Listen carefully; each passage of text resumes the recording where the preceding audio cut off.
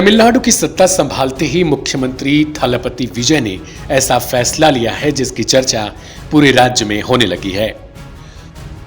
चुनाव जीतने के बाद लोग इंतजार कर रहे थे कि आखिर नई सरकार अपने वादों पर कितनी तेजी से काम शुरू करेगी।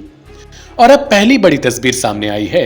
विजय सरकार ने कलाई नार मगलीर उरिमाई थिट्टम यानी KMUT योजना के तहत करीब 1,30,00,000 महिलाओं के बैंक खातों में 1,000 रुपए की सहायता राशि को ट्रांसफर कर दिया है। इसके साथ ही पिछले कुछ दिनों से चल रही अनिश्चितता भी खत्म हो गई है कि क्या नई सरकार पुरानी योजना जारी रखेगी या उसमें बदलाव करेगी। अब साफ संकेत मिल रहे हैं कि योजना जारी भी रहेगी और उसका दायरा भी बढ़ सकता है। दरअसल थलपति विजय की पार्टी TVK ने चुनाव के दौरान बड़ा वादा किया था।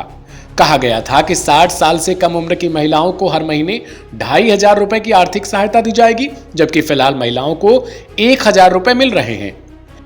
अब सरकारी अधिकारियों के मुताबिक योजना को नए स्वरूप में तैयार करने की प्रक्रिया को शुरू कर दिया गया है। सूत्रों की माने तो जून महीने से इसमें बड़े बदलाव देखने को मिल सकते हैं। इतना ही नहीं, योजना का नाम बदलकर मथिप्पू मिगु मगलीर थिट्टम रखने की चर्चा भी सामने आ रही है। यानी सिर्फ राशि ही नहीं बल्कि पूरी योजना को नई पहचान देने की तैयारी हो सकती है। महिलाओं के अलावा बुजुर्गों को लेकर भी विजय सरकार के संकेत अहम माने जा रहे हैं। जानकारी के मुताबिक 60 साल से ज्यादा उम्र की महिलाओं को स्वतः वृद्धावस्था पेंशन योजना में शामिल किया जाएगा। फिलहाल उन्हें 1,500 रुपए की पेंशन मिलेगी, लेकिन इसमें भी बढ़ोतरी की संभावना जताई जा रही है, क्योंकि चुनाव प्रचार के दौरान थलपति विजय ने वृद्ध महिलाओं को हर महीने 3,000 रुपए पेंशन देने का वादा किया था। ऐसे में अब नजर इस बात पर है कि सरकार अपने इन चुनावी वादों को कितनी जल्दी जमीन पर उतारती है। हालांकि इन फैसलों के बीच पूर्व मुख्यमंत्री M.K. स्टालिन ने भी सवाल उठाए थे।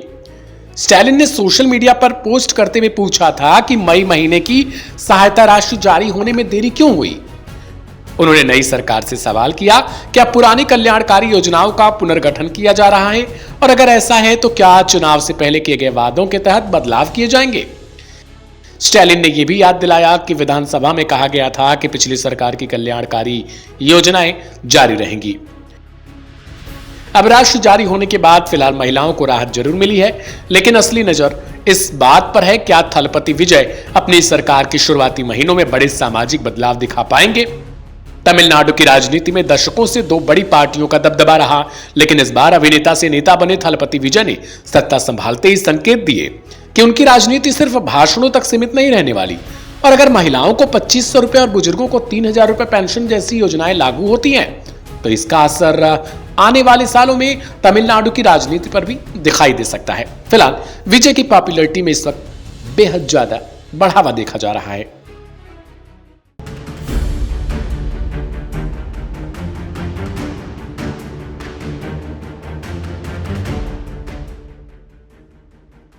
तमिलनाडु के मुख्यमंत्री और TVK प्रमुख विजय ने एक बार फिर लोगों का दिल जीत लिया है, और इस बार वजह कोई बड़ा राजनीतिक फैसला नहीं, नई योजना या तगड़ा भाषण नहीं, बल्कि एक छोटी सी बच्ची की बात मान लेना बताया जा रहा है। CM बनने के बाद से ही विजय लगातार अपने अलग अंदाज को लेकर चर्चा में हैं।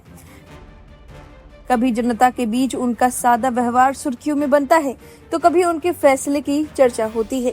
लेकिन अब सोशल मीडिया पर जिस चीज ने सबसे ज्यादा लोगों को ध्यान खींचा है, वो है मुख्यमंत्री कार्यालय में उनकी कुर्सी पर रखे जाने वाला सफेद तौलिया।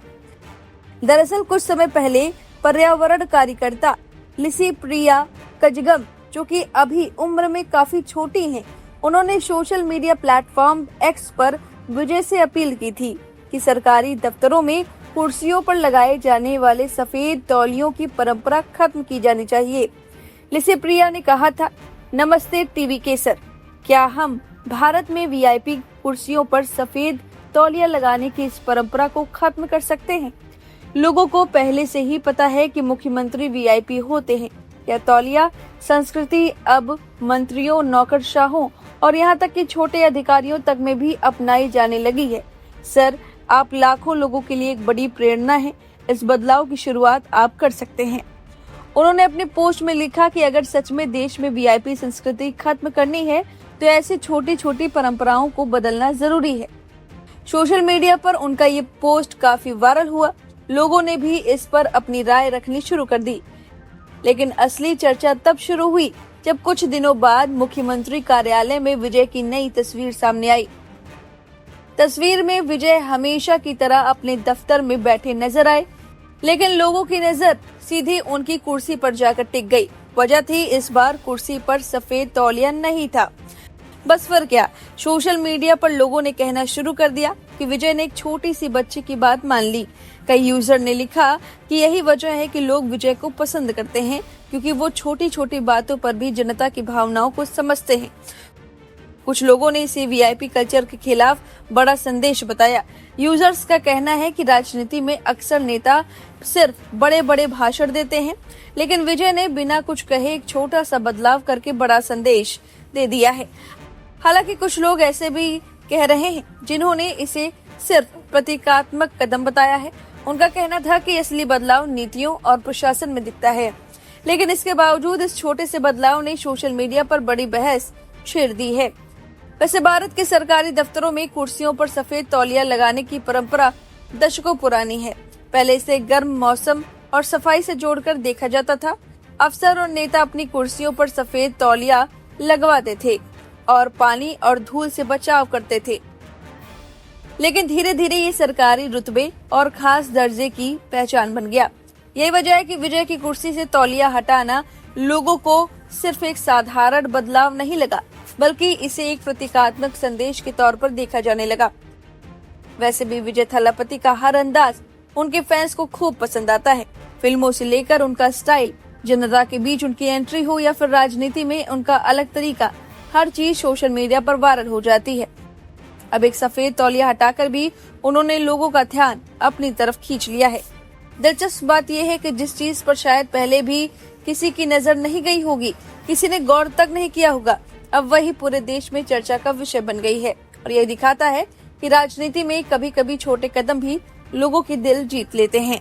अब इस खबर पर आपकी जो भी राय है कमेंट करके जरूर बताएं। बने रहिए लाइव हिंदुस्तान के साथ।